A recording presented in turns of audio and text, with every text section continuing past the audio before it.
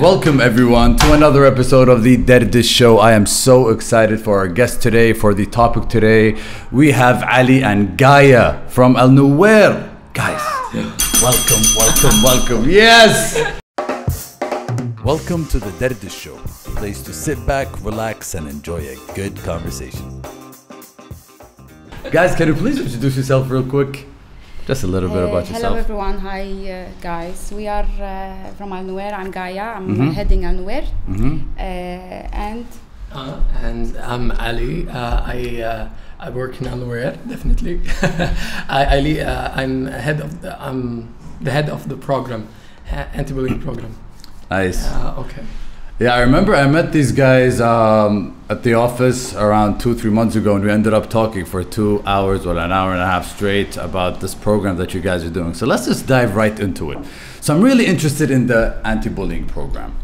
So can you guys just give us an overview on the program and what do you guys do exactly? yeah, sure. You're the best to do that. Okay, so we started the program in 2017, and the thing is that we got a call from one of the schools that they are suffering from the bullying in the school environment, and they called Alnowair as the pioneer of spreading positivity, and they were hoping that we suggest a solution to their problem. And we started thinking and searching and trying to understand how can we tackle the problem for those students in a very right way, that the students will be engaged and they will understand and they will, do something about it, do a positive action about it.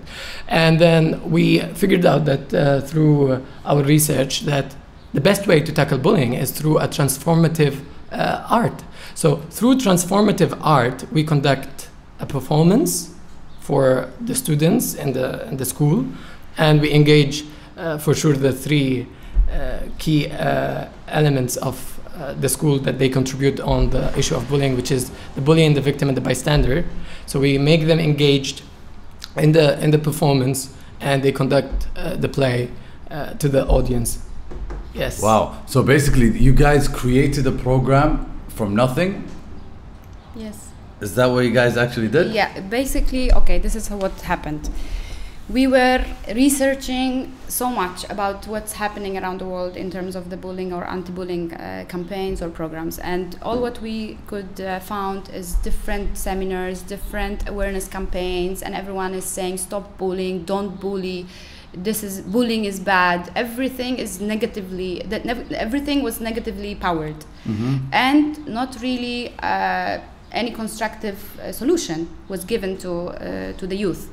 So we decided to do something really unconventional and to create a play, to script a play from scratch that shows how the bully feels and how the victim feels, and then how this can be actually flipped to the opposite side, and how they can feel when they are treated better.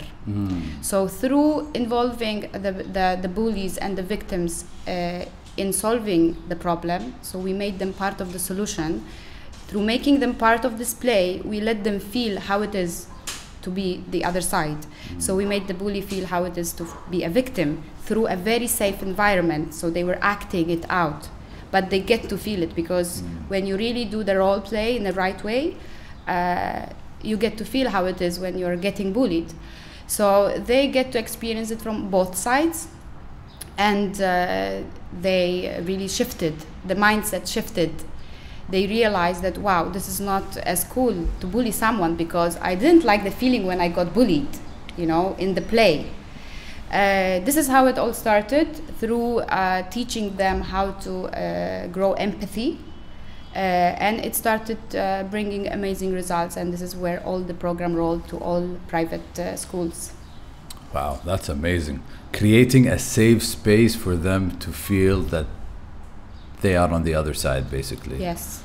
And how fast do kids actually realize the impact that they're doing as a bully when they are the victim? Like when they do the play, how fast do they realize fast that it's, wow, what I'm doing? So, and they build empathy, or? Before me starting, you need to know that I'm actually stage shy and camera shy. So and I lead something like with transformative art performance. On the question of how fast they transform, actually they transform quite fast, which is really surprising to us and to everybody. Even the stakeholders, they couldn't even believe it. Wow. Because the duration of the workshop, it is 4 days. Only. And the 5th day is the performance. Wow. And we are dealing with real case life situations. And if you were asking why you are dealing with real life case situations, is we will answer because according to UNESCO, they said the best way to solve violence or bullying in the school is to make the problem part of the solution. So we are doing a restorative applied theater approach for those students. And what is applied theater?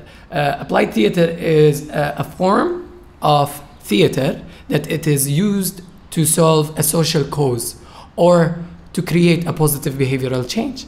Wow. So in those 4 days, during the workshops, 1 hour to 2 hours a day, the 5th day, we had cases that the bullies say on the stage that I was a bully and my life has changed now. And not to mention that those bullies, they are fundamentally and from the core, they are good. They are pure. But, you know, everybody's fighting something. Everyone. From adults to kids, everyone. So we don't know what they are fighting, but we know that this is a result of something. But then when they have the opportunity to be on the other side, to be those people who spot the light on the things that really they know truly that this is not me, but I'm still doing it.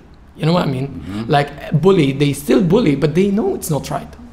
Wow, wow. And when this happens, this is when we say the miracle happens in 4 days to 5 days.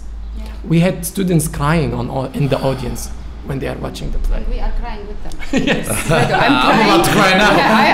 Like, wow, I am this is- literally tearing at every single play when I see the faces of the audience, because you know I know that play how it will look like, but then when I see the audience reactions and the emotions that you know show on the faces of those kids, because they can relate.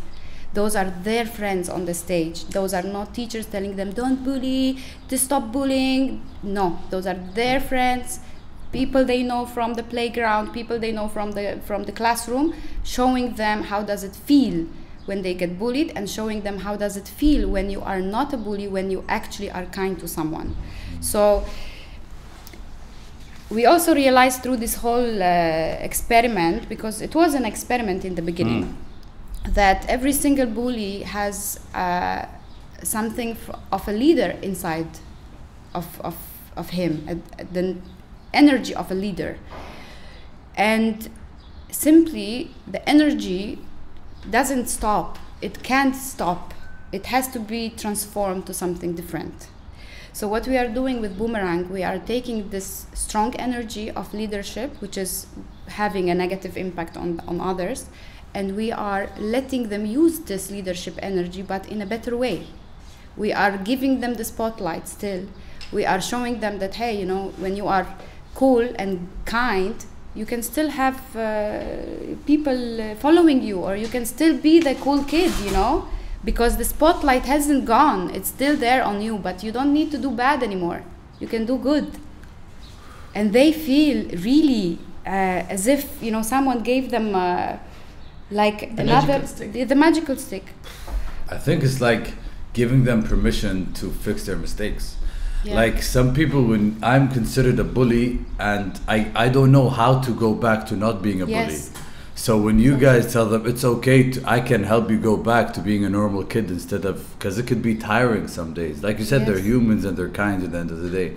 So when you guys just give them the permission to be like, it's okay. Yeah, and we give them permission and we give them something to do. Because, you know, they have this energy to do something, to say it out loud, because they are not shy, they are strong. But so we give them the way of actually act it out, but in a different way. So it's so amazing to see those kids finding it so easy, you know. It's as if today, all my past months I was a bully, but today I realized that there is another opportunity for me to be the same, you know, energetically, but to do something better. Yes. And it tastes so much better than being a bully. I bet. And how are so what happens after you guys leave? After the 5 days, for example? Never leave. Yes. We stay. We never So leave. is there an ongoing program after the... Yeah, we never leave. We never leave the school. We never leave... You know, I'll tell you an example. In what way? Yes. When you plant a seed, do you leave the seed without water? No. You can water it once, twice, a week, 2 weeks. But if you leave the seed without water, eventually the seed will get watering only by accidents or someone throwing a bottle of water, which you stop, don't do that. Don't do that. But or by rain or whatever. So what we do actually when we enter the schools, it is a year-long program. Actually, it is not. It is 5 years. It's a big. But we started from the first year. We called it the year-long program in the first year, but it's 5 years and can grow to 10 years and more. So when we enter the school, we plant the positive seed, which is our approach that kindness can raise above bullying. And how? Through a very engaging, interesting way for the students, not to mention for the teachers and the management. In the beginning, yes, we had a resistance about the approach because we are bringing transformative art into the school environment and highlighting it that this is the solution to deliver the message without preaching, projecting, presenting, lecturing. Without making them look bad, even the school. Yes. So when we plant the seed, we keep persistent and consistent in going back to the school, watering this beautiful seed by giving them kindness agenda activity that they can implement in the school environment, kindness curriculum. Like what? What are some exercises? Like some exercises. Okay, so we are trying to bring the transformative art in the school and to transform the school environment into a kind culture. One of the ways that the students can participate or engage themselves and do kindness acts is basically by do a role play. You know, as a teacher, she can do in the classroom a role play activity, which is how do you feel when someone is kind to you, and how do you feel when someone is, being bad, being mean to you. And we can try it if you want now. Let's do it. And even I don't know if whoever is watching us can even try it on themselves. Let's say we'll start the activity. I'll say, okay, I want you to imagine yourself on the beach or in any place that you like, okay? And you're with your friend, your close friend, but suddenly your friend criticizes you so badly in front of people. How do you feel? Let's say they criticized your, something real, your eyeglass or your hairstyle or your beard or even the way you dress up. How do you really feel? I feel maybe embarrassed, maybe angry, maybe, ashamed. Sad. From my best friend. Yeah. And then, would you like someone to feel the same way you felt? No, this is normal. Because we all want to feel good and we want others to feel good. And then the same situation, but imagine your friend, rather than criticizing you, is complimenting you. Man, you look amazing today. You look lit. I bet that we will enjoy all our day or whatever. You know what I mean? It makes you feel good. The good feeling factor will come to you. And this is the smallest thing that you can do of activities in the school. The smallest, and it doesn't take a few minutes. And kids will realize it instantly. I don't like this feeling. I don't want them to feel it. Then why should I do it? Wow. Right? The simple exercise is very powerful. And I think that day I was talking to a friend about things in life that you can do that are free. Yeah. That are completely free. There are things like breathing, for example, when you're by yourself. There are things as calling a loved one or send them or telling them I love you, which is completely free. Or acknowledging people like you're saying. I think that's a very, very powerful skill, because I think people are not used to receiving acknowledgements nowadays, you know? I feel like if you tell somebody you're beautiful or you're amazing, they won't receive it as much as they'll push it back. Oh no, thank you. Oh no, you're fine. Oh, you are beautiful. Instead of owning it, you know? So I really believe in the power of acknowledging someone authentically, you know, saying something real about them, you know? So how else are these programs impacting the teachers? Because I'm sure when they see this, they want to take it back home with them, or they want to try it. The first year, you know, ended for us with the great hopes for the future, because I said in the beginning that we never leave the school, but I was a little bit cheating, because our main purpose is to leave the school eventually, but we only want to leave the school once we feel that they are really equipped with tools that can change the culture of the school to be more kind. With this comes a lot of work, because we need to follow up with schools a lot. And as Ali said, we developed a year-long kindness agenda, where we give 52, because there are 52 weeks, so we give 52 ideas of what can be performed in the classroom for 5 to maximum 10 minutes by the teacher with the class. So we give them everything, including the templates designed. So all the teacher needs to do is they need to get familiar with the activity of the week, and then print the template and run it throughout the first minutes of the class. The activities are very random and different, but they are all revolving around kindness. So different kids, they will be attracted to different ways of being kind. So we have kindness through writing, we have kindness through art, we have kindness through action. Through action. Just talking, or? There could be talking, yes, but we kind of want the safe ground to be there among the students. So we want them to exchange a lot of notes. There is plenty of exercises that are tweaked to the nature of the school, like, for example, a kind gossip, because, you know, there is everything about schools. There's like, I love that, right? Tell me more about kind gossip. That's so cool. Yeah. That's genius. So the idea is, this is one of the 52 activities. Yeah. The idea is that the teacher set up a very simple box in the back of the class, and the kids get all of them. They get templates where it's designed, and they just need to fill it up of whom they would like to deliver this kind gossip. And they write the kind gossip. They write everything what they want to write, which has to be kind.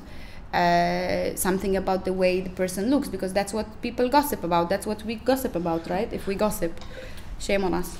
So sometimes about the way they look, the way they dress, whatever it is. Right. So I'm thinking students, what they gossip about, of course. Yeah, about the shoes. This is the most trendiest gossip. Wow. The shoes. So we prompt them to write something kind about each other, and to roll it, and to write the name of the person that this gossip is about, and drop it in the box. So the moment the box is filled with positive gossips, the teacher brings the box in front of the class and starts reading. So because those gossips are anonymous, but they have a name of the person that this gossip belongs to, kids get a lot of compliments that day. Wow. Anonymously. Wow. Which gives you more freedom to express yourself through the gossip, yeah. Yes. I'm gonna try that with my friends and family. Yeah, and we believe in, we really believe in focusing, because energy follows focus. So we really believe in focusing all the energy that we are giving as Alnowair to schools on the kindness, and we believe that the more kindness in the school, the less bullying in the school. Wow. Wow. It's gonna be a byproduct that the bullying will decrease and reduce. It will never go away. It will never disappear. But if we only focus on bullying, the bullying will increase. Yes. But if we focus on creating more kinder culture in the school, it's gonna become less and less. Less.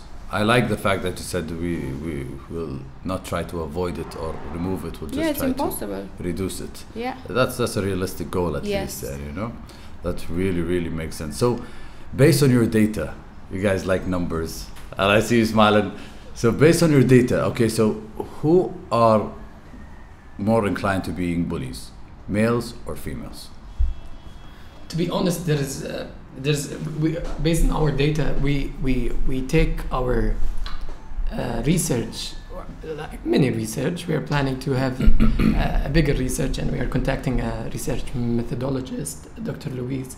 And this is like, small announcement for the second year. But according to our humble research, the outcomes of the male and the female, we combine them. We don't, but we have the gender.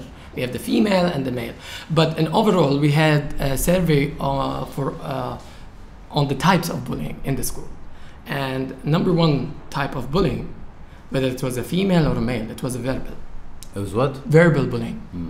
Because there's different types of bullying. Yeah. Verbal, physical, cyberbullying, which is the 21st century of a hip bullying, Can we talk about that a bit more? Definitely. So, but as a data we have that we have ranked from among all the schools on the survey that we took, it is verbal bullying is the first, and then it comes physical bullying, and then it goes, cyberbullying in Kuwait, surprisingly, according to our research, it is the last. And that from each country and each, lifestyle, types of bullying changes. We know and we acknowledge that there is certain types of bullying that it is universal, verbal, physical, cyber. And there's mobbing, which is like bullying, which is a group of people bullying someone specific. But in Kuwait, it is not that much, but it's coming. It's definitely coming. The storm is coming. It's, because we are one of the most richest countries, and usually everybody is using technology, and everybody having the Instagram, Facebook, phones. Wow. So I am so surprised you said that cyberbullying is not as big in this region. Yes. And although this region uses technology a lot, especially Instagram and all of those Snapchats, and it's safer, I think, because you're behind the screen, you're able to say things to people easier. For example, if somebody's next to you in the elevator, you won't just turn your face if they just leaned on you a little bit and tell you, and just go off on them, So having that space of a screen gives you more freedom to be bullied for. That's why I was surprised that. Well, I'm quite sure that it is there. But to the schools that we've been to and we surveyed them, we're speaking about the focus 21 schools that we visited in the first year. This statistic that I'm giving it to you, it is based on those 21 schools. It's not on Kuwait as a country. Okay. And the survey and the data will grow every single year because the schools will grow. Makes sense. So we know, a matter of fact, cyberbullying is there. We see it in our bare eyes on Instagram, on Facebook, on people who are celebrities or they are influencers or whatever the characters are.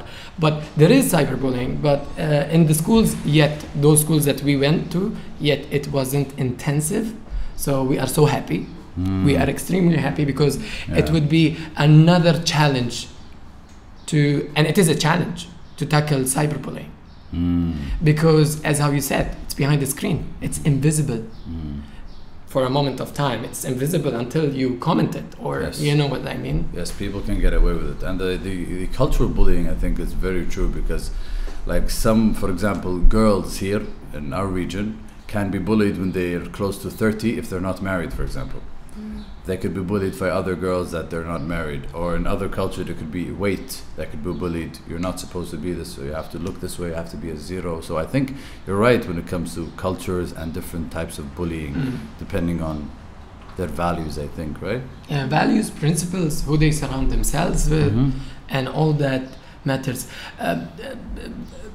Before we go so deep into the subject of bullying, because I think it's a big subject. We can't cover all the points. But we need to say that the second year, and as how Gaia said that we are cheating, we leave the school. Yes, but when we will leave the school, when we will give them, as exactly she said, all the knowledge. So we want the schools to be a self-functioned engine. And what I mean by self-functioned engine is now in those years we are conducting the workshops for the students, we are doing the training, we are giving the kindness kit, we are writing the script based on positive psychology, and we are reinforcing all and utilizing all our resources. But the coming years, it's gonna be different. It's gonna be way different. We're gonna equip the educators. There will be committees in every single school that represent the program, Alnowair, like Boomerang, and they will take care of the functionality of the program and they will move it forward. So we will prepare, and this is another from the inside, another information, that the coming years we will focus on the teachers, parents, and teachers, parents, and whoever can contribute to the matter, which is mainly now teachers, parents, and students. And we will equip teachers and the school environment and school management, everything that they need, even by calling an external expert regional expert on the subject of bullying and applied theater, to equip those educators for them to take it forward. That's amazing. I love the fact that you're actually giving them the tools instead of them making them independent. So you said that the aim and the goal of these programs is to give them tools for them to be able to sustain and maintain what you guys are doing, and for them to be independent instead of dependent on you guys. So what are the most funniest things that you guys saw when it came to students or things that happen in schools? I'm sure a lot of funny things happened. She's laughing. Okay, so there's one of the schools. Okay, so first of all, we can't reveal any school name, any student name, and because we have an agreement, and this is okay. Because it's all what we do is for the outcome of a better Kuwait, as in Alnowair. There was one of the schools. I was doing the workshop with the students, and we workshopped total maybe 85 students who are victims, bullies, and bystanders, and part of the mix of those three. One of the students, he was coming and he was going through the workshops, but he was a naughty kid. I wouldn't say more than that. He was a naughty kid. The surprising part, that he had a twin brother, and I didn't know that. So one of the days, his twin brother came on behalf of him, and I didn't realize it until the second day. Yes. No way. Was his brother naughty? No, they are the same almost, but I could feel that there is something. But I couldn't pinpoint it. And I swear this is like, Was he naughty too? He was like, but there was like, he was like a little bit calmer, and I could feel it, and I was like a little bit surprised, and I was like, oh wow, second day of workshop was, is so effective. And then it was the twin brother when I saw on the third day of the workshop that they are two, and I was like, okay, who was yesterday in the class in the workshop? He said, identical, huh? They were identical twins, huh? Yes, that's so cool. I want to talk about Alnowair and give people an overview of what Alnowair is. If you've been to Al-Mubarakiyya, you've seen a yellow chair, that's Alnowair. So you guys are planting these little seeds around Kuwait when it comes to schools, when it comes to any area you guys can do. Corporations, communities, schools, you name it. So can you give us an idea of what you guys do? Of course, but do we have like 8 hours? Go for it, we got 7, we're good. No, I'm joking. You had a brilliant episode with our founder, Shahin Tisar Al-Sabah, who had this beautiful vision 6 years ago. To bring on a positive change in Kuwait through doing more goodness and through showing people how easy it is actually to be more positive. So this is where the whole idea of Alnowair started, and we didn't want to limit ourselves only to one area. We imagined ourselves as actual Nuwair flowers. You see them everywhere in Kuwait in the most randomest places, growing growing in wilderness. Okay, they are not planted by any human. They are just popping by themselves. So this is how we envisioned Alnowair in the beginning, that we wanna just inspire different environments and different groups of people to realize how positivity is important and that it can be a lifestyle. Now, how we're gonna do it, this is a different story, but the why was so important for us.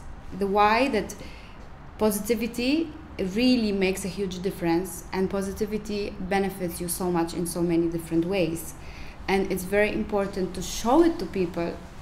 We believe that this can be our lifestyle, so it's very important to inspire others and to show them how they can actually do it, because everyone can say, okay, be more positive, okay, but what I can do, what is it that I can do, and why I should be positive?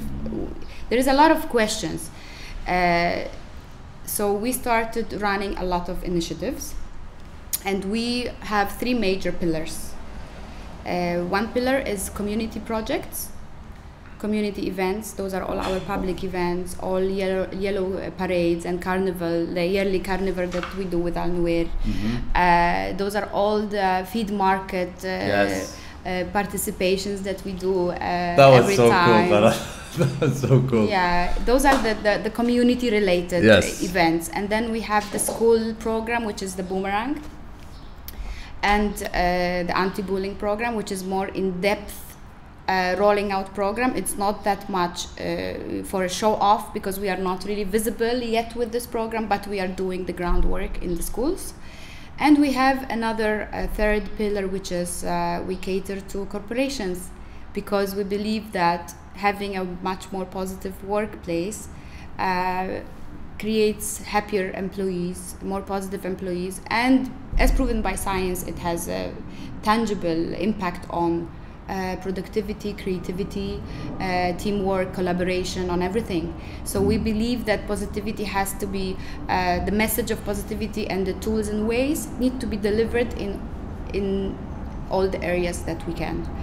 So at work, we ran programs for big corporations. We trained 5 branches of CBK, and we've trained the entire Hamra, the staff of the Hamra Business Tower and Kuwait. Wow. Yeah, the program is called Yellow Works, and it's really amazing to see how those employees that've been working, for example, 30 years in a place, they tell us, you know, guys, we had like million workshops on different things, but we've never had a workshop on human skills. Wow. On how to be a human, because we've forgotten that this is important at work. You see? So it's really inspiring to see these people going back home, like they're coming back home. You know, that, okay, I am a finance manager, I am the CEO, I am whoever I am, you know, I am a human to start off with. Please let us focus there, and then everything will be easy. Everything will be easier. The teams will be grown better, the relationships in the company will be better, there will be no backstabbing, there will be much fluent workflow. So your productivity as a company will be better. So there's so many benefits, like why no one is thinking that this is important. Exactly, because I mean, maybe positivity has a certain stigma to certain people. When you tell them, oh, be positive, they think it's just a smile, you know, it's just like, it's just a word. So you actually taking them home, like you said, oof, like that's powerful. Positivity is not smiling all the time, and positivity is not laughing all the time. This is the biggest myth ever. Positivity is a mindset, and positivity is a lifestyle, and there is a huge difference. Like many people sometimes ask me, okay, Gaia, you've been working with your team for 6 years in Alnowair. Please tell me what you have learned about what is it, happiness, positivity, and all those terms. And I always reflect on myself, because there was a lot of time that I asked myself before, am I happy in my life? And then I was like, I don't know if I'm happy. I want to say from 1 to 10, maybe I'm 8 or 6 or 5. I don't really know, am I happy? This question was one of the saddest questions for me. or toughest questions for me, because I was never able to answer myself, am I happy? And what I realized is this is a question about happiness, and I'm getting sad, I'm getting drained by this question. What is it? And then I realized that, and through the research and through extensive, being extensively exposed to many cases related to the subject, I realized that happiness and positivity are two different things. They are completely different things. Yes. That's exciting. Amen. Happiness is just part of positivity, because happiness is a feeling, it's an emotion, it's a state of joy at a certain situation. Let me give you an example. For example, there are plenty of kids in Africa that they lack fresh water, okay? Does that make me happy? Can I be happy thinking about this thought? I can't. You can be positive. Can I be positive? Yeah. I can. By, for example, closing my tap while I'm brushing my teeth. I am saving the water, so I'm taking a positive action towards this matter, but I can't be happy. So happiness, I don't want to say happiness is overrated. Like me personally, this is when I drop that question, are you happy? When someone asks me, are you happy? I will tell him right now, in that moment, in that particular situation, yes or no. But in my life, I will never attempt to answer this question. Oh my God, I want to break this. What a beautiful perspective. I mean, like, I've never heard anyone put it that way. It really, really makes you reflect, because I think it's such a burden. It's a burden. Yeah. It was a burden to me. It was such a burden to me. And then when I discovered that, okay, I can be positive today, tomorrow, and any time of the day, I can do a positive action, and then accumulatively, I'm gonna feel better, which will lead to the contentment, which is maybe something that people strive to have. But it's not about being happy at that particular moment and that's it. It's about allowing yourself to believe that you can do small things and you will feel better. It's about being kind. It's about being kind to not only to others, because everyone is hearing that, okay, you want to be positive, be kind to others, do random acts of kindness. But do you know how much it is important to be kind to yourself? It took me years, me myself personally, to be more kind to myself than I am now. Being kind to yourself is a fundamental duty of every human being. And if you can just picture this metaphor, this scenario, you're driving a car. You have a beautiful white Range. You're driving, you're holding a steering wheel. There are two people sitting in your car on the back seat, okay? One of them is your friend, and one of them is, excuse my French, an asshole, okay? A nasty neighbor. You're driving, they're sitting. Now, your friend is commenting on you, Eid, oh my God, I love the music you put, it's amazing, let's go there, let's go there, let's take this turn, let's do that, oh wow, this is a really awesome day, what we can do, oh my God, the weather is awesome. This is your friend speaking in the car. And there is another passenger, which is the nasty one, okay? The grumpy one. And what is his dialogue to you? No, Eid, I think you took a wrong turn. No, again, you missed the road, man. You don't know how to drive. Who gave you the driving license? I'm sure you're gonna reach there, you're late or something, okay? Now, imagine that this car, thinking like big, is your life. You're the driver, right? You're driving. This car is your life, but it can also be your day. Scaling it down, it's your day. This car is your situation or your conversation, is your meeting. And those two are the different voices that non-stop we are having in our heads. Because we can either have a friend chat, you know, this commentator that doesn't shut up anytime. It just goes on and on and on. The type of the commentator, the inner commentator in our head, it can be one of the two only. They can't speak at the same time. So, the awareness of the fact that you have the choice, because you, guess what? You are the driver. You are the driver. Yeah. So you can stop the car. You can open the door and you can let the thought out of the car. Yes, you're right. And then when you do, Don't think that he will stay there forever, because we've been programmed, many of us. I was such a self-doubter, and I was such an unkind person to myself, because all the time in my head I was saying, no, you can do this, no, you're not good enough. All those comments, all those, the voice that is in our head, it puts us down. It is the nasty passenger that we don't really need to keep in our car. So we open the door, we let him out. Now, he will come again, because we've been practicing it for so many years of keeping him, and listening to him and giving him attention to actually talk, until he spoke more than our friend, because our friend was like, "Khalas, I'm done with this trip. I don't want to even say anything because this dude is taking over." So because we did it so many times, he will come back to this car. But as long as we have the awareness and ask ourselves, okay, who is this talking to me now?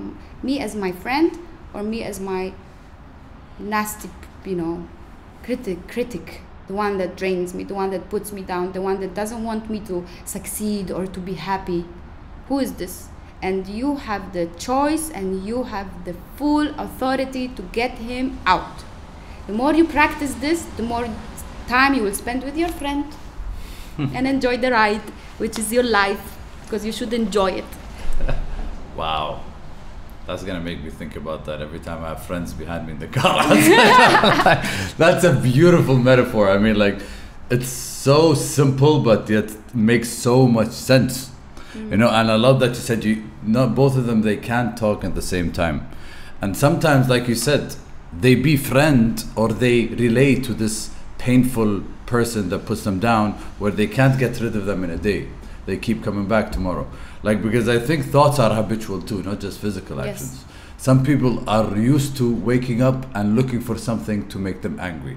They start relating with that pain. It becomes a habit. Every day at 1 p.m., that's when I get that peak of agitation, of adrenaline, endorphin, whatever you want to call it. So that really makes sense. But you said something about the awareness. It takes awareness. So this word is way bigger than, and it's not as simple, but at the same time, it's not as hard, right? Yes. So what does that mean when you say being more aware? Being more aware, it's being more mindful. I think, to me, this is personally my goal, to try as much as I can to be mindful during my day. So planning your day is one thing, but when you are going through this day, don't just all the time think about what's coming or what's happening or who's gonna call me or what's gonna happen, because you're putting too many predispositions about people and on your day. You're not allowing that only moment that we are having to give you what it can give you. And when you are more mindful and when you are living in the moment more and more, then this is where there is nothing but awareness. It becomes so obvious because you are present. Yeah. Now we all, it's a habit, as you said. Everything, like you're going to the gym. If you're gonna go once to the gym, nothing will happen. If you're gonna go 2 times to the gym, nothing will happen. And even 3 times if you go back, nothing is changing. But if you're going and you're making it your habit, some changes will start showing up. So practicing mindfulness, calming, not removing your thoughts because that's impossible, not stopping thinking about problems. Don't force yourself. Don't do anything that makes you feel you need to do this kind of like a regime effort. It's just joyfully enjoy the moment, and with the full absorption of the situation. That's how you can start, without over analyzing it and over complicating it. Just as it is. This is the bottle. This is the bottle. We are sitting. We are talking. What will happen after 5 minutes? I don't know. Because I love that, because that could go back to that could backfire on you of not being self-love and not taking it easy on yourself. Because I see so many people that get into this realm or journey of spirituality and self-awareness, and then they really put themselves down when they're not present or when they're constantly angry and they're not. But you're right when you said it is what it is. Like, I am feeling this right now. I'm gonna stay with this emotion, but at Yes. least I'm aware of me Yes. being in this. Wow, that's very powerful. I mean, Intisar, oh my God, your team, I love them so much. Salah, this really explains so much. What's your story? Like, I want to know more about you guys. What made you guys want to start impacting people and changing lives? Seriously, I Wanna really go want to for get it? to know your stories. Oh yeah. Go for it. Okay, now this is the deep talk. From the beginning, the deep talk was starting, but this is so deep. I just wanted to say before going to this is that overthinking on anything is the art of creating confusion, not living in the moment. Really, this is the art. You know, when you overthink and analyze things, this is when you become somewhere not aware of your thoughts. When this is you become like, oh, somewhere very far. But to your question, since my childhood, I think I got it from my parents, you know, and I was lucky enough to have a very amazing parents, and the people who I was surrounding myself with, they were like truly good fundamentally, and I had big dreams from the young age. I had big passions, you know. They say, you know, sky's the limit. Why not? You know, thinking, imagining, constantly feeling that, you know, I can do something bigger than me, or something bigger than my situation, something bigger than my surrounding. And with all due respect to all my friends, I love you, but you know, friends talks which doesn't bring any result, or just chatting. And I truly believed because I suffered for some time. Yes, I know I'm young, but I truly suffered because I'm the type of person that I have a high sensitivity. So I feel the people around me, and I grew up in a very big family, 9 children, siblings, 9. So I believe there was one moment, and that was my turning point of the perspective of life. I was maybe in elementary, middle school, somewhere there. And every time I think of it, it makes me sad because it was so touching. I was in the school and there's mates, you know, like there's those people that help in cleaning the school. And for children everywhere, there is people that, you know, they are. Yeah. Can say that also. Yeah, assholes. You can't say anything. Adi. Oh, okay. You can say whatever. Yeah, so I saw him humiliating a woman, which is maybe in his mom's age, and that made me feel terrible. Terrible, not for the day, I swear. And in the end of the day, I reflect on the things that happens in the day, and I cleanse my soul. I cleanse myself every day. On the pillow, I cleanse myself. So that's why I very strongly remember this incident, because he really made her feel bad. I don't want even to say what he did, but that was something. And I directly went and I did something opposite. When I saw her reaction, and I was just a kid, when I saw her happiness and her smile and, you know, the glossy eyes, because she truly felt it, because it's like younger than even her grandson maybe. Wow. And I said, this is what I want to do for my rest of life. I want to do something that really impact people's life, really change someone's life, even change someone's day, moment, whatever it is, by whatever I can, whether I have a skill or whether I learn something to do it. Whatever I do, whatever I do, wherever I am. So it doesn't matter what I do or where is the place I'm in, I'm gonna still make people feel good. And this is like even by default in the office, you know, in Alnowair, by default, I tend to be the person who represent me. I tend to be the person that represent the external person that represent the internal person of Ali. I'll go a little bit deep there. So my internal person, that I want to do goodness even to those people who are not that much good to me.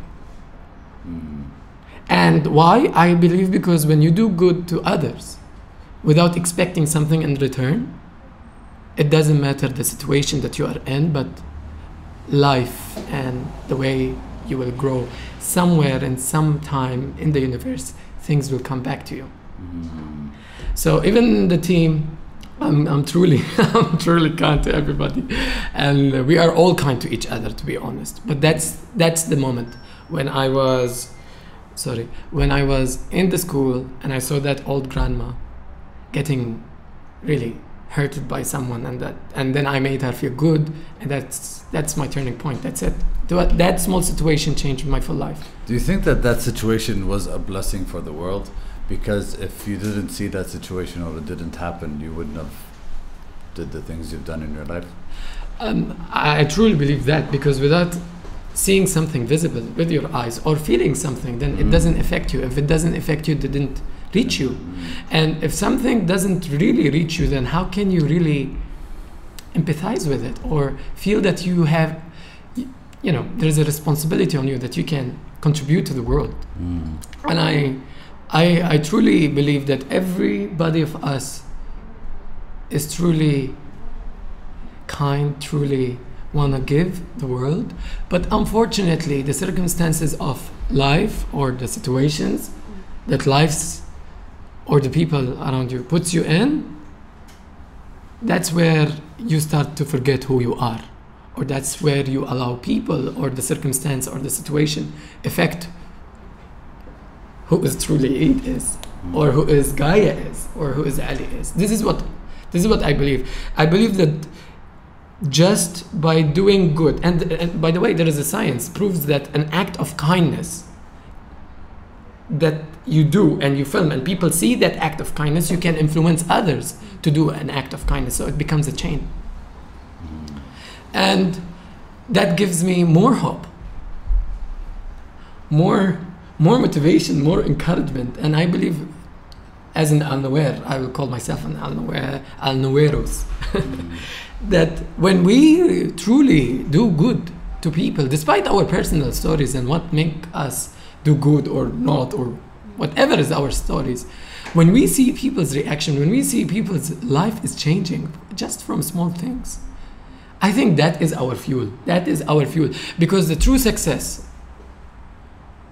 is that when people truly get infected or impacted. This is the true success. Even when you're doing a business, what is your business objectives? Do you want to make people's life easier? If that's the point, and you truly make people's life easier, then that is a success. And to us, I think, seeing constantly, non-stop, people's life being changed, even like a small comment or a small email that Gaia received, wow, Alnowair team, you changed my life, you changed my day. You see, everybody goes through a tough time, but those people who are truly affected, who are depressed, or they are having high stress level or high anxiety or self-critique, I am one of those people that I am a killer of my own self sometimes, of being a self-critic. But again, small things really matters, and we received plenty, hundreds and hundreds and hundreds of emails thanking Alnowair for doing what they're doing. And I believe this is the ultimate joy, ultimate fuel, ultimate motivation. Believe me, no one in our organization, and Gaia knows that, no one in our organization that works under Sheikha Intisar works for the paycheck. No one. No one. I believe you, man. I believe the conviction that you guys are talking about, Yani. I see it in your eyes and I feel it in your voice when you're saying it, like I've heard so many people say they want to do good things, they want to say good things, but I can feel it, like how passionate you are while you're talking about these things, And I love how you said that sometimes we just have to get out of the way of ourselves, because we can literally stop ourselves from being kind, nothing else. We don't need anything for us to start changing the world. We don't need money, we don't need people that connects us to the thing, we can literally do it anytime, anywhere. Also, if you're not around people, you could do it with yourself. So what are some practices that people can do that could help them get out of their way more, in the workplace, because a lot of people get bullied in the workplace by their colleagues, by their bosses. And what are some tips? Because I've been to your workplace and I saw how amazing the team is and the energy over there. So we were talking about how we can impact the workspace and how we can share some tips. Maybe you guys can share some tips in terms of creating a healthy environment that promotes positivity. Yeah, so can you guys just share maybe some insights or tips for people who want to start creating that? Yes, definitely. Okay, so for example, and I can speak of our team. We have, as you saw, we have an open office, a crazy mixture of multicultures. Okay, we have like 7 or 8 different nationalities. So it's so beautifully diverse that there is no any other way rather than find and live by positive rituals or positive things that we can do to respect each other and work with each other in a creative way and like each other, because we spend a lot of hours together and not every time it is roses and candies. Yeah, of course. Because especially working on a subject such as positivity, and you need to maintain certain balance in your life, so you can't be all the time positive, obviously. So it's always challenging, but it's a very, very interesting way to live by. And in our office, one thing that I really encourage, and what it became part of our culture, is exchanging thanks and exchanging and practicing gratitude, because that has been, I think, underestimated worldwide. Everyone knows that gratitude is important, but really thanking someone for doing something for you or helping you out, and especially expressing it publicly, not just to that person in the kitchen, oh man, thank you, you saved my ass, oh thank you. No, in front of others, say it. Why, like, thank others, thank a person why they made your life easier. Let others hear it so they get inspired. So thanking and exchanging gratitude is really something fundamental in any workplace, because that inspires leaders, it inspires employees, it makes them feel more motivated, much more. It's been even proven by science that it motivates employees more than financial bonus.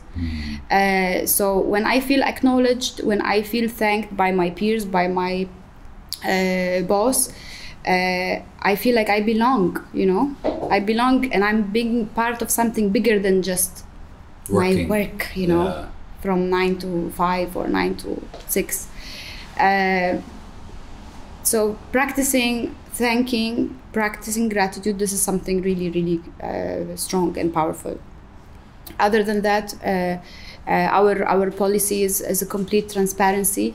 Tell me more about that. Yeah, we to a degree that,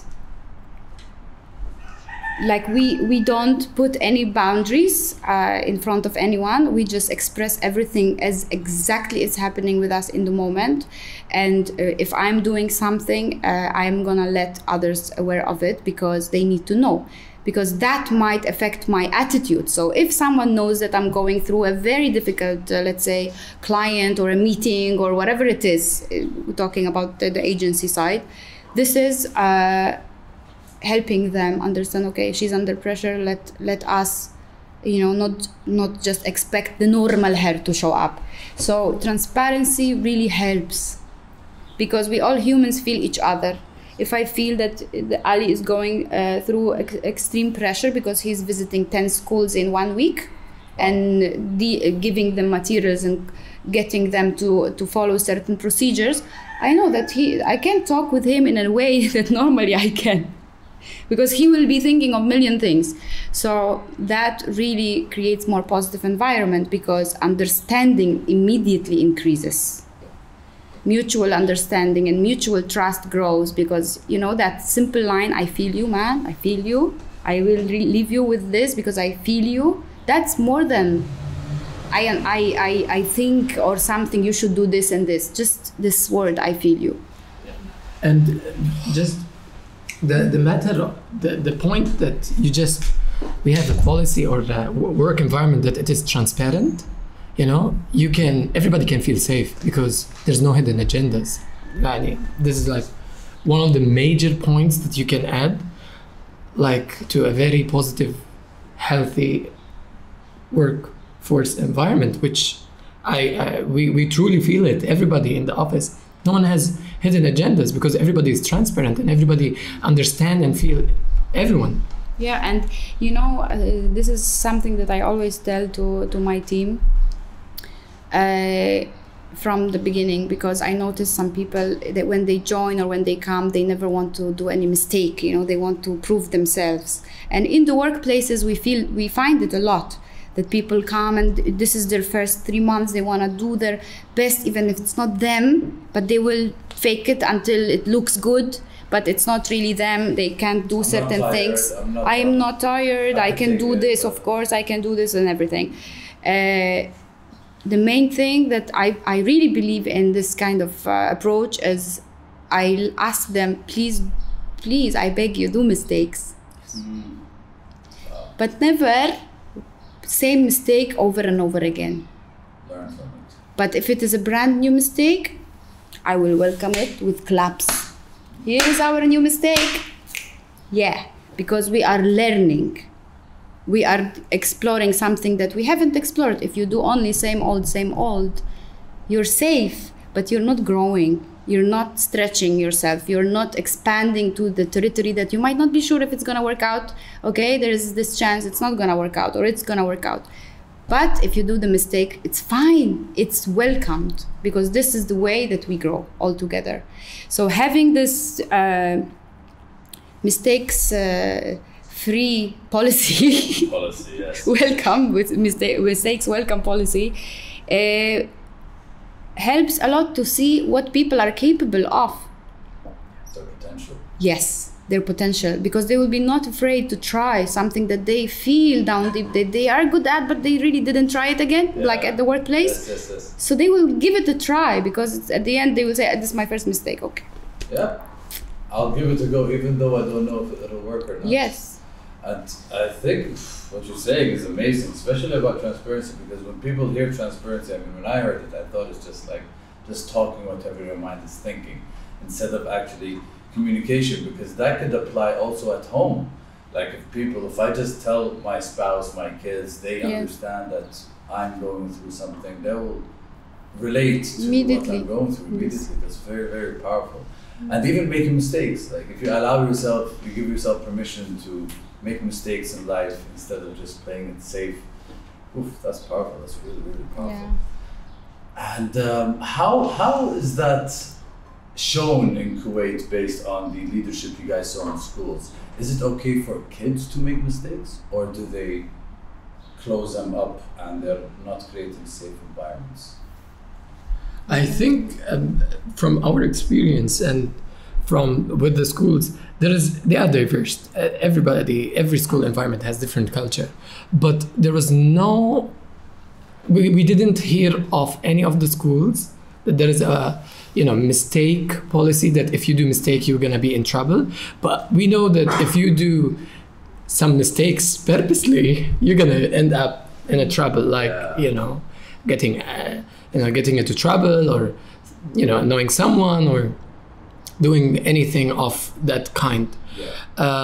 So there is no tangible thing of the schools reacting on the mistakes. See, what I believe that the educators, from the experience of us in Alnowair, working with a lot of educators from a lot of different schools, their objective and their, they want to reach to a stage that even if the kid do a lot of mistakes, to reach to that point, they don't mind it, because without mistakes you will never learn. So we know that the teachers welcome mistakes and management, but certain types of mistakes that will let you grow rather than the opposite. So do as much as you can of mistakes that that grows you. And I don't know if you heard of Jack Ma. Jack Ma is the owner and the founder of Alibaba. His net profit is $400 billion. Oh, I know. And this guy is so inspiration. He said that from 20 till 30, do as much as you can of mistakes. Those for the entrepreneurs, but that it falls for even the students, teenagers, and all those. Do as much as mistakes you can, because that really grows you. As how Gaia said, we have, a policy that even if you do mistakes for growth, yalla, ta'al, because you cannot, expect what the outcome.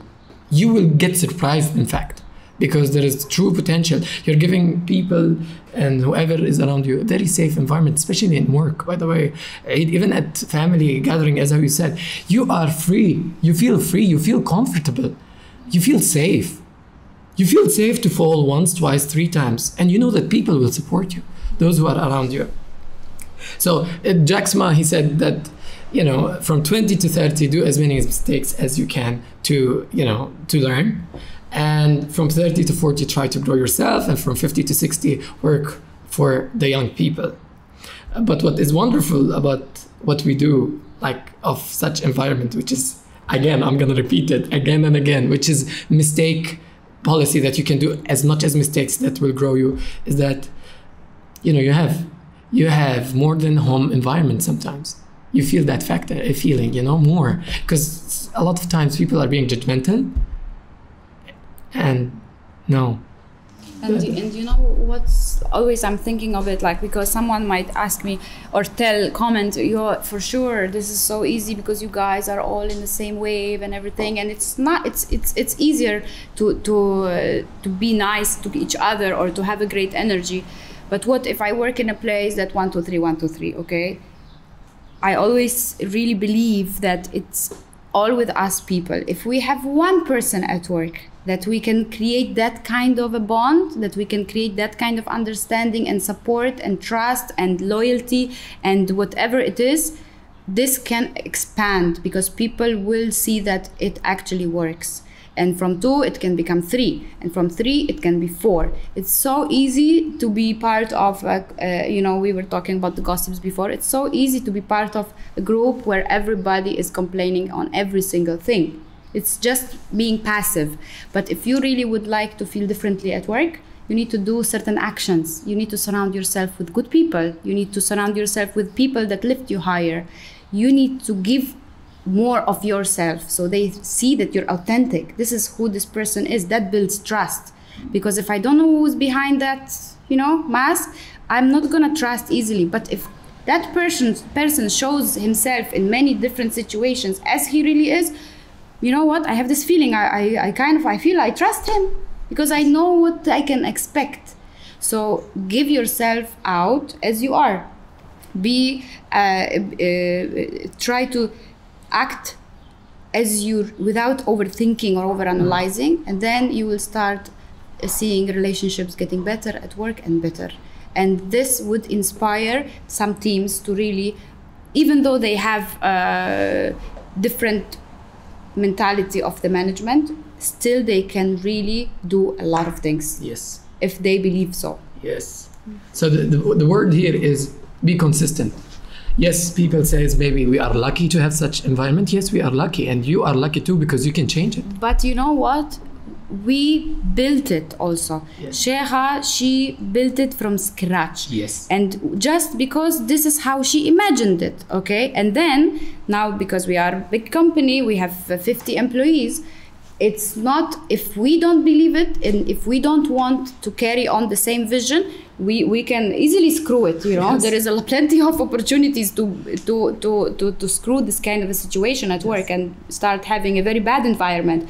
But we really care for it because it makes us feel different. It makes us wake up in the morning and see the next day that is coming in a very bright way. Yes. That this is awesome. I'm going to work. I don't even feel I'm going to work.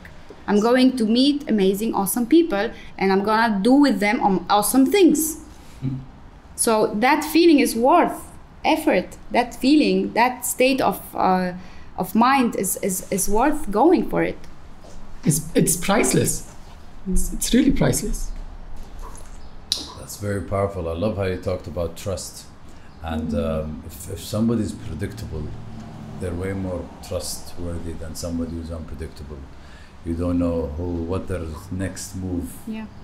So I agree with you. Consistency and trust and just believing that what you're doing is actually impacting people and impacting yourself is very, very powerful. And again, I think it's just excuses. It's very easy for us to just go back to telling ourselves, nope, I can't do this. I'm not in the wrong environment. I believe that we have a choice every single day as humans.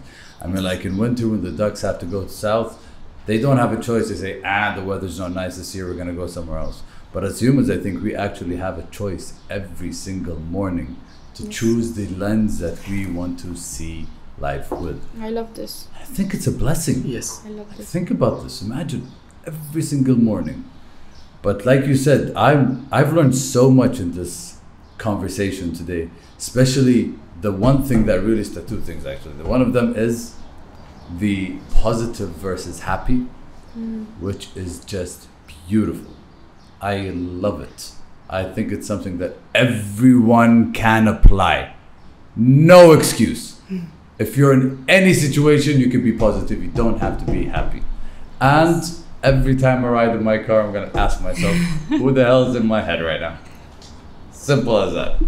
I'm serious, it's something that you can really use in your life in any given situation. These are tools that don't need to be purchased. These are tools that don't need a certain circumstance. These are tools that don't need a certain age, status, whatever. Every single one of us has the ability to have an impact on themselves and the people around them. Because I think when people think of love, they never think of themselves. It's always about a partner, something. They never think of it. It's okay to be selfish sometimes, to take care of yourself and give yourself love. I see it with maybe moms that they don't feel it's okay to take care of myself. So I just give and never actually give myself permission to love myself more. Guys, this conversation was a blessing. This conversation was so much fun. I learned so much. You guys are amazing. You guys walk the walk and talk the talk and look amazing and feel amazing. Like every day, mashallah, bless you guys. Amazing. Seriously, guys, thank you so much for everything. Thank you so much for spending time. Thank you so much for that. That's staying, that's not going. Every time something positive happens, I'm gonna click on that bell because I think it's a reminder, it's an anchor.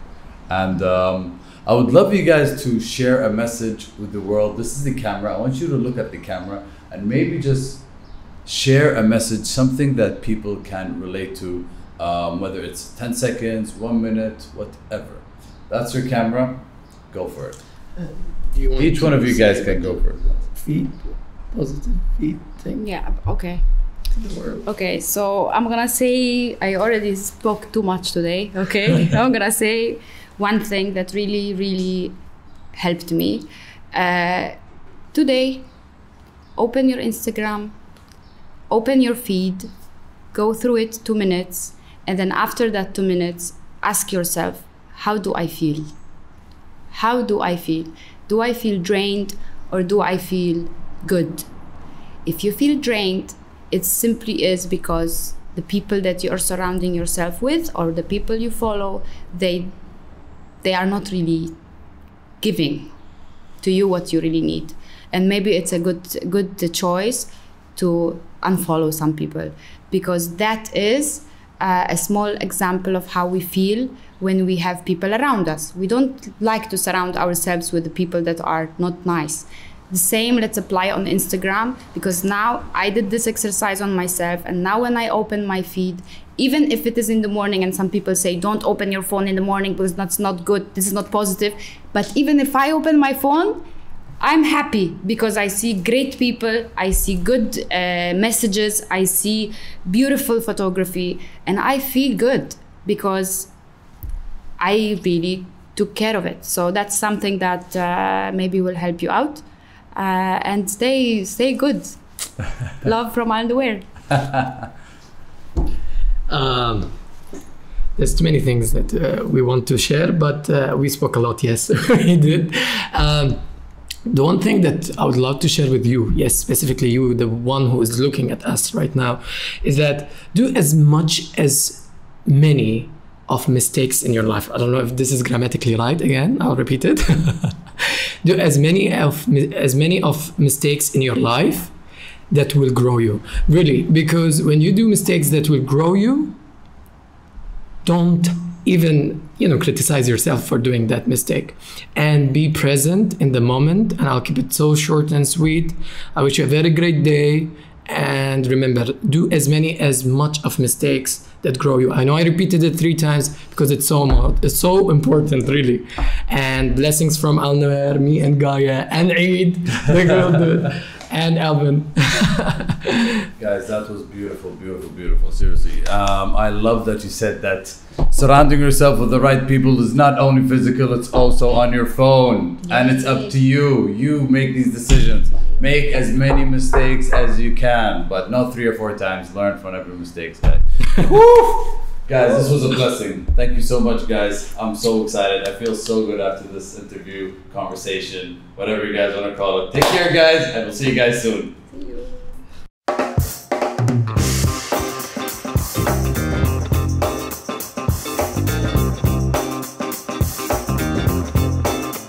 It's gotta be against the law to look this damn good. Watch out now. Cause baby, I feel real good and I wish I would. Watch out now. It's gotta be against the law to look this damn good. Watch out now. Everybody watch out. Watch out now. I'm ready for a good time and I came to groove. The whole band's here and we came to move. Got a fresh haircut and 2 new shoes. We're here all night like we got nothing to lose. I'm coming out the jacket cause we're turning up the heat. I wanna see you clapping when you get up out your seat. It's time to make it happen when we hit these streets. I'm coming in hot and I can't be beat. Watch out now. Baby, watch out now.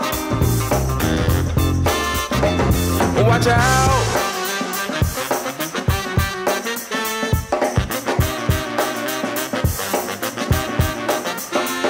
I'm on the move, I'm going up. I'm a man on a mission with no missions and I'm looking for love. Oh, I'm just looking for love. It's gotta be against the law to look this damn good. Watch out now. Cause baby, I feel real good and I wish I would. Watch out now. It's gotta be against the law to look this damn good, baby. Watch out now. Everybody watch out. Last call for some alcohol. And don't forget the tip. The sun went down, but we still rolling. The band's still going, playing all the hits. I guess I'm now too legit to quit.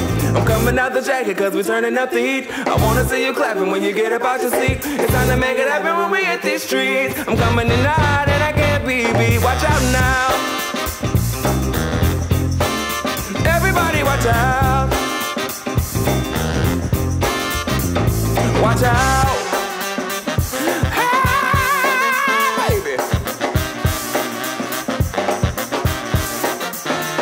I'm on the move, I'm going up. I'm a man on a mission with no missions and I'm looking for love. Oh, I'm just looking for love. It's gotta be against the law to look this damn good. Watch out now. Hey baby, I feel real good and I wish I would. Watch out now. It's gotta be against the law to look this damn good, Watch out baby. now. Everybody watch out. Watch out now. Everybody watch out. Watch out now.